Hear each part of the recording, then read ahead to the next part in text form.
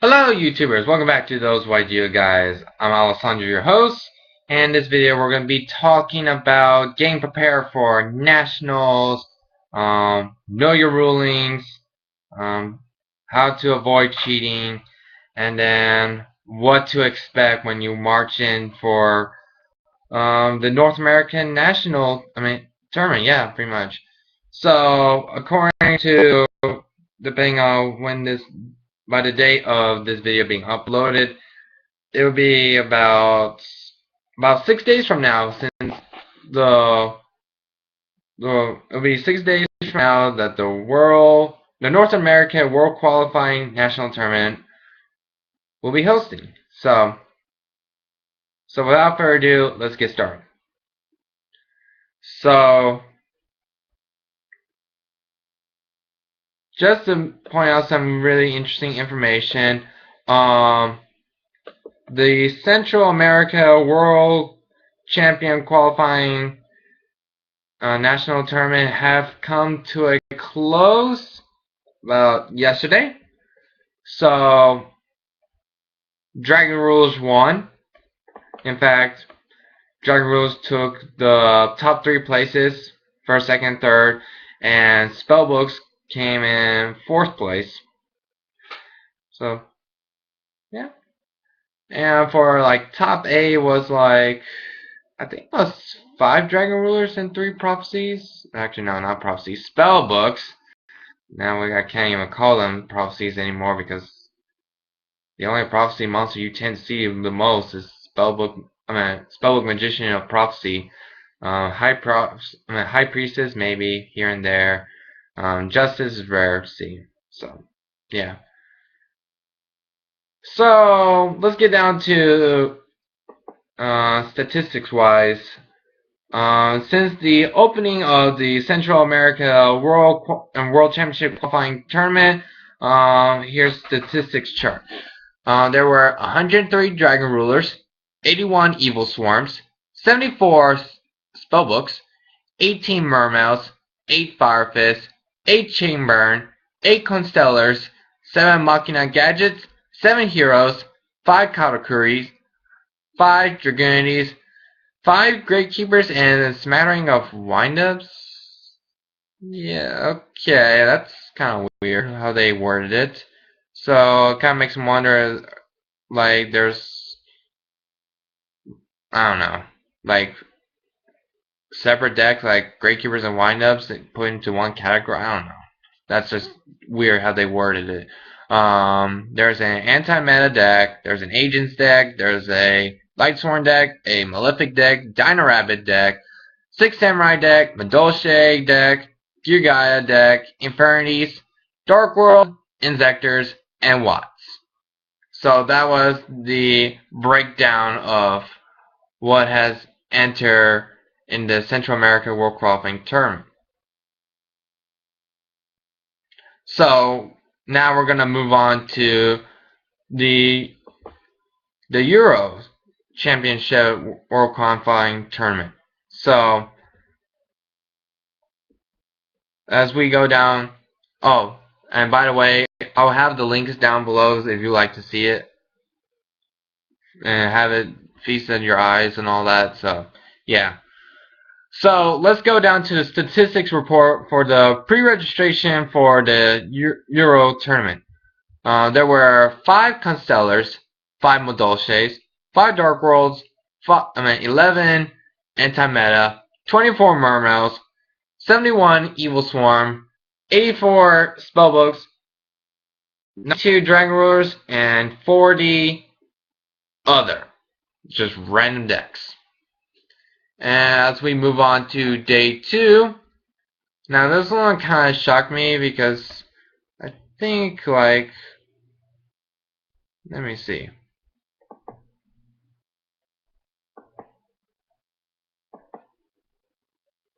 Like, the numbers is kind of different. Like, some have increased than before registration, so I don't know what was the deal, but let's just go with the link for now. So day 2, there were 6 Constellars, 12 Mermaids, 43 Evil Swarms, 98 Spell Books, 110 Dragon Rulers, and 14 random decks. Or rogue decks, we'll put it that way. So that's kind of like a good setup, like what to expect, and kind of get you facilitate what to expect. Pretty much the two big decks, Spellbooks and Dragon Rules, those are going to be the highly popular decks you're going to see very often. It's probably going to take probably the heavily populated one by far. You're going to see Evil Swarms, you're going to see Mermails lingering around. More of Evil Swarm than Mermails. Kinda wish there was a bright future for Mermails for this format, but it's Dragon Rose and Spellbooks. Kind of sad in a way, because now that Mermail was used to being like the best deck before Takken, and then all of a sudden it's just received the boot just right out of the throne, and now Spellbook and Dragon Rose are just taking over. I guess that's meta for everyone, but yeah. So you're probably wondering what to expect and all that. The best way to do when you go into march into a national tournament, and trust me, I cannot even say this to myself because I've never been to nationals, nor YCS, or even a region. The farthest I've gone was a local tournament. But I do keep track on major events to see what's going on and what's doing very well, and which builds are very successful and all that. So the best way I can tell you is just play test, play test. Pretty much what you should be doing, because otherwise you don't want to go into nationals blindfoldedly and think like you're gonna go all the way. That's not how it's supposed to work. So I think that's pretty much the obvious right there. Play test really well for these random decks, and believe me, it's gonna hurt a lot of people, because you're gonna see some of the most obscure decks that you don't tend to see very often, and all of a sudden you got paired with this very obscure deck, and you're like, well, bummer. I don't know how to deal with this deck. So the best way I could say is have a very versatile side deck. A good side deck that can go against Dragon Rules and why am I gonna keep saying Prophecies? It's not even really is Prophecy. Spellbooks. Okay, we got that clear. So yeah, just have a really versatile side deck, such as like cards like Eradicate Epidemic Virus. That's a good one. Very good when you play against spellbooks, and if you open up and you go first and you open up with it and you bring out a dark attribute 2500 or higher attack point monster, and you set double E virus, you're going to win. If you know you're playing against prophecies. I mean, spellbooks, of course. That's gonna hard for me to break out that habit. Also, cards like Imperial Iron Wall is good. Some people are main decking Imperial Iron Wall, which is okay. It's good against Dragon Rulers. It prevents them from banishing. It's also great against the spellbook decks. I mean, they cannot use their Kaiku to banish your stuff. They can't use their Spellbook of Fate to banish or banish their spellbooks and all that. So yeah. And also, you're gonna see some of these random decks like let's see, what would be another good one? Like, you're playing against Dino Rabbits and you prevent the Rescue Rabbit from banishing. You can get around Bottomless Trap Hole, Dimensional Fissure, that kind of stuff.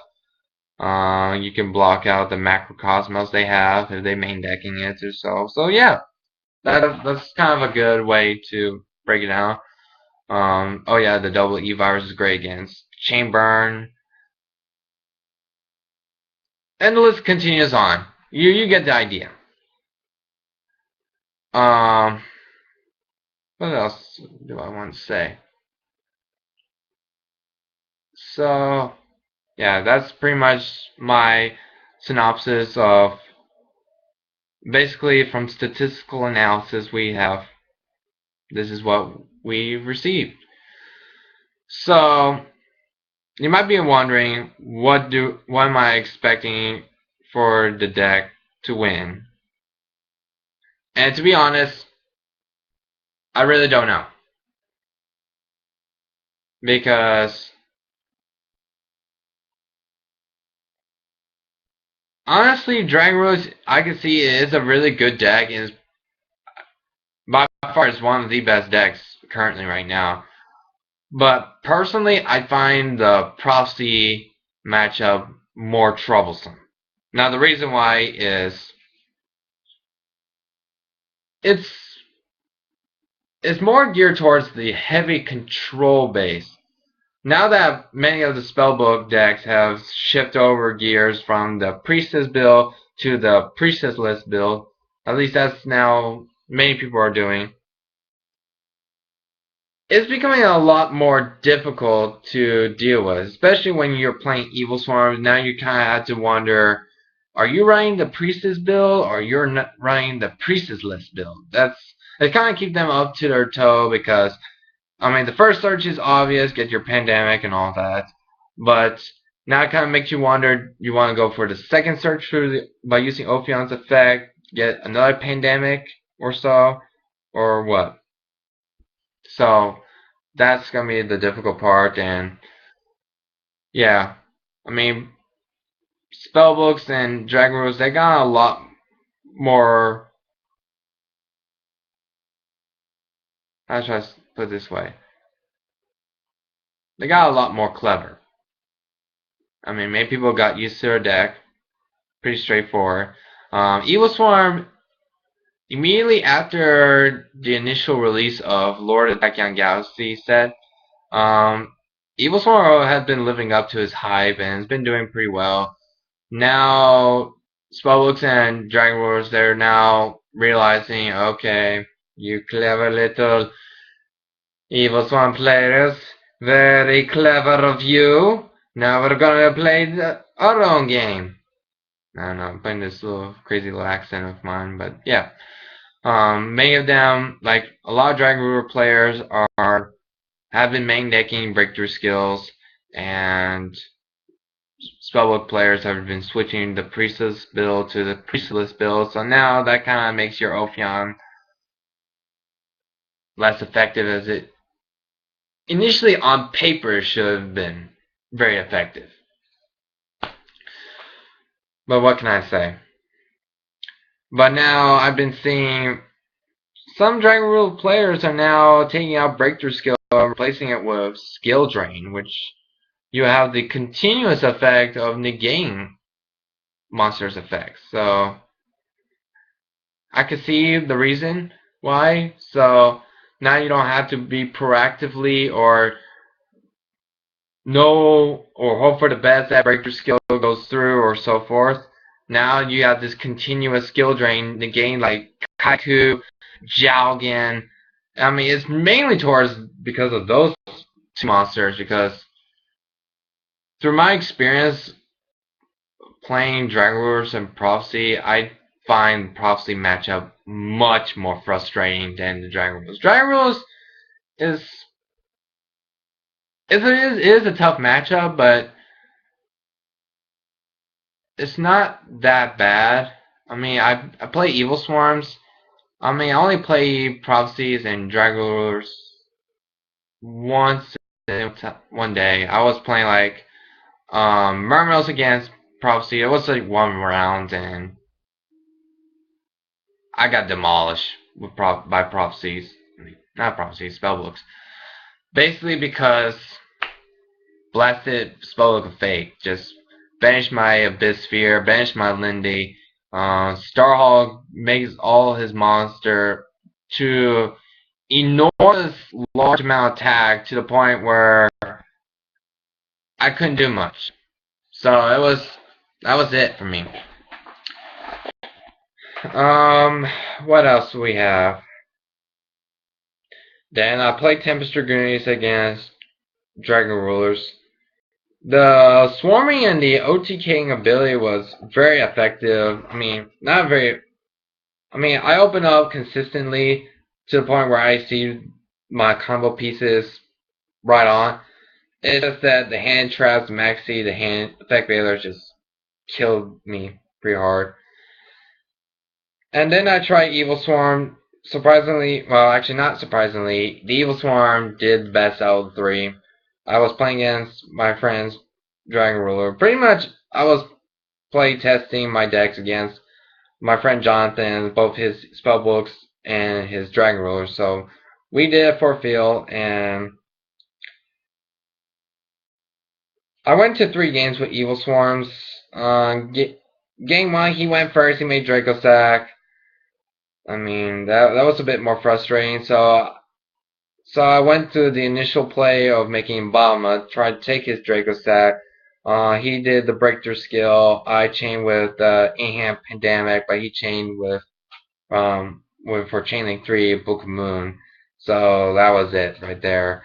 Then game 2 I went turn 1 Ophion. He struggled a little bit. Then by my third turn, I made a second Ophion. He automatically scoops. So yeah, Ophion is very effective by no means. And then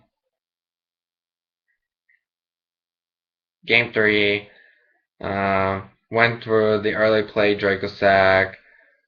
I didn't have the third Evil Swarm in hand, so bottom of play was completely scratched out. I mean, after drawing card for a total of 6 cards or opening hand. So yeah, there were just 2 Evil Swarms, so I went with the Ophion and I lost within a few turns. So yeah, that's kind of like a brief synopsis how from my experience. I'm not expecting much for Evil Swarm to go far. I mean, they will make it day 2. That's for sure. I can see that one happening. It's just the problem is just making to the higher chairs or the higher placements is with Dragon Rulers and prophecies going around. That's going to be the bigger issue. So that's my feel. What's going to win? I don't know because Dragon Ruler prophecies they're both really good. So yeah. Personally, I will say worry more about the prophecy matchup because Dragon Rulers, there's like random hands that, like, okay, they can work with it and so forth. Prophecy is a bit different. The deck is a bit more consistent. I mean, sure, they can have these weird hands, but it is a very highly consistent deck because you're running like 3 Spellbook Magician of Prophecy, you're running 3 Spellbook of Seekers, you're running 3 Spellbook of Judgment, you're running most standard builds are running like 2 Spellbook of Masters and so forth. So really, it's really difficult to see a very inconsistent hand and all that. So plus, once they set up and like, and that's the thing, if the final match is a prophecy slash Dragon Ruler, it really gonna go down to who wins the die roll for game 1. Because if prophecy go first, they pretty much win 90% of game 1. Pretty much. Because if they go first and they go judgment, then yeah, that pretty much seals the deal. Dragon Rulers, the best tip I can say is don't go to your big XC plays right off the bat. I mean, the only thing that could be an exception if you make Big Eye and you also open up double E virus, which in translation, Eradicator Epidemic Virus. Then, okay. And if you know your opponent's playing Prophecy, I mean, Spellbooks. God, I'm starting to hate Konami when they keep calling this Prophecies, even though I can't even consider it Prophecies. So yeah, that's pretty much my take on throughout the meta. So here are some important tips that a lot of people I've subscribed to have been mentioning, and I will give them out to you. And also subscribe to check out those channel and find further more tips. Um, First off, from my own personal experience, bring something to drink and also bring some snacks. And also bring some migraine medicine because you never know. Migraine medicine just in case you get these really bad migraines. And the most important thing is stay positive throughout each of your rounds. I mean, the worst case scenario, you being all negative. Because if you lost your previous round, you just need to set it behind. And for the migraines, trust me, it's really hard to make your effective plays with a throbbing headache, and it's a real bummer. But yeah, make sure you're well packed with snacks and drinks. Um, this is a really helpful tip from Codex 100, so check out his channel for further advice and all that. He has experience from nationals in I think the 2011 nationals. Yeah, I think so too. Yeah, the 2011 nationals. So go check out his channel if you want some further advice and all that. Pretty much make sure you don't have all your sleeves are not player choice because from what I've heard, they're very easily scratched. So and yeah, the last thing you need is people calling out a cheater and all that, or being stacked. I mean, so best recommendation: don't. If you're going for nationals, just don't play player's choice. Um, what many people would consider is just play ultra pro. So I guess we're gonna go with ultra pro. What else we're gonna do? So yeah, and also another very important tip mentioned by Codex 100 or is always, and this is not just from him, this is from many other people I subscribe to throughout the YouTube community. Always, 100% keep an eye on your stuff. Because you'll be surprised, it only takes about a minute or two, and then bam, your deck is missing, or something like that. For personal experience, this is from a local tournament, and I was playing like Dark Worlds, and I made it like to top 4, and that was as far as I got to. And after the event, I noticed I was missing a Grappa. So currently, well, not currently because that was like months ago. So back then I was running like a 39 card deck, and I didn't realize I was missing a Grappa. So I had to call a friend. Shouts to you, Jonathan, because I owe you big time for that. He gave me a Grappa, so now I got back. Well, I got their Grappa. So just a really helpful advice: keep an eye on your stuff. Also another important tip from Codex 100: don't buy stuff at the beginning of the event. Save it until like when it's about to be the end or so. Because in the game, a lot of stuff are like overpriced, and this is why I tend to hear from a lot of people. The prices from vending are very overpriced, so do wait until the end of the event so then you can get the stuff at a cheaper price or at least a decent value, so you won't go broke. So yeah. So avoid cheating. Prepare. Oh yeah. When you go to national tournament, always have good hygienes. I mean, people want to be with around a person that has good hygienes. No one wants to be with someone that has really bad hygienes. I mean, that does not speak really highly of those kind of people and all that. So, always keep good hygienes. Brush your teeth. Take a shower. Put on deodorant or spray Axe, wherever you guys wear. And yeah. And finally, the most important part, um, know your rulings. And you might find yourself thinking, well, I know my rulings and stuff.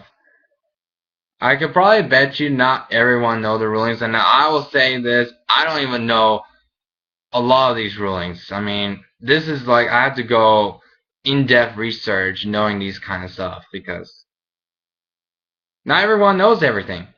I mean, we all learn something new. So, for example, like you guys know that Spellbook of Fate does not target, so it's following the similar effect like Trishula, Dragon of the Ice Barrier.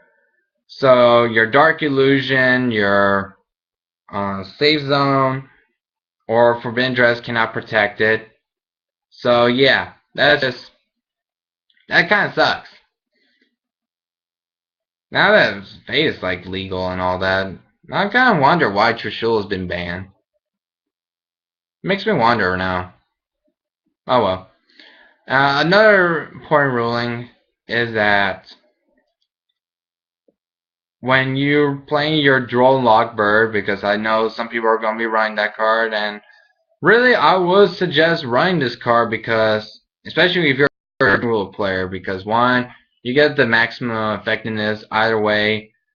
Either A, you're going to stop your opponent from adding cards, or further adding cards and all that, or B, you can use Tempest effect or I think Lightning's effect, and you can still do your shenanigans. So yeah. Here's an example. Like your opponent banish a Blaster and a Redox in order to activate. Well, actually, activates the effect of Tempest, Dragon Roar, Storms to special summon itself by banishing the Blaster and Redox as a cost. So, Blaster, Dragon Roar, Inferno's effect will begin as a Chain Link 1, and Redox, Dragon Roar Boulders, will become Chain Link 2. Now, you don't chain Droll Lock Bird at this point. The line, say on the card, Droll Lock Bird card, if your opponent adds a card or cards from their deck to their hand, means that adding of the cards must have already happened. So once the chain has resolved, the turn player has the opportunity to activate a spell speed 2 or higher effect, aka fast effect timing, or pass that opportunity to you. You can now activate Droll and Lockbird at this point in time. So that's just or another different ruling for staying with Dragon Rulers. Your opponent activates Sacred Sword of 7 stars, banishing the Redox. So your opponent draws their 2 cards, and Redox effect kicks in. So you can chain Draw Lockbird, which will prevent the Redox. Well, and here's a really important thing. You always have to ask your opponent if they choose to activate their Dragon Ruler's effect when they're banished in order to add cards. If they say yes, then you can go ahead and chain to Draw and Lock Bird. If they say no, just keep tight on that card. Eventually they will do it.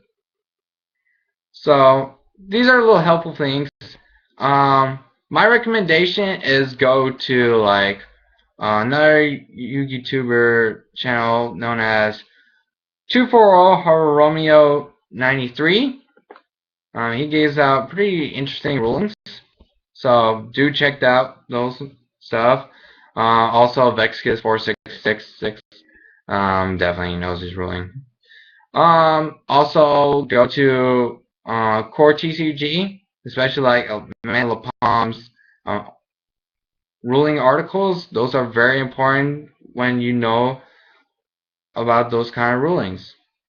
And if you want to know further more about these, the meta and how to what are the good choices to play, what are popular side deck choices or personal tech cards. You can go to coretcg.com, the strategy articles, and you can also go to Alter Reality articles, Alter Reality Games articles as well. So I'll be finding this video very helpful and very educative and very informative. If you do, comment down below if what you guys think about this video. I will be doing a video basically on what won North America Nationals. Of course, we all want to know. And then after that, we're going to have a pretty dead period of Yu-Gi-Oh! From after Nationals to World. So there's really not much. So pretty much between then and so forth, I'll be doing other videos. And then Worlds will happen, so I will make a video what won at Worlds, of course. And then along with Worlds, or maybe close afterwards, will be the ban list. So before the Worlds, I'll do probably a video on ban list speculation and all that. I'm not going to do a ban list prediction video, but I will be saying some of my thoughts and my opinions and all that. So yeah, I think that's like further updates on what is there to come, and I will be doing more duel videos, of course. So yeah, I pretty much give out the full schematics of what to expect from this channel from here until probably Worlds. That's probably the best way I will say. So yeah, so comment down below what you guys think. If you're new to our channel, please subscribe to us. Also check out the other links that I have down below in the description box. I'm sure that you will find something very new, very helpful, but where in some shape or form at least give you some helpful tips on what by ifs or whatnots. And if you're going to Nationals, I wish you guys the best of luck. No, I'm not going to Nationals if you're wondering about that. I wish I can. But like I said, throughout my past videos, I'm really tight. I've been really busy. So yeah. So take care, guys. Good luck to those who are going to Nationals. And I'll be supporting Team USA when it comes down to Worlds. So yeah. Take care, everyone. I'll see you guys later. Peace out. Bye.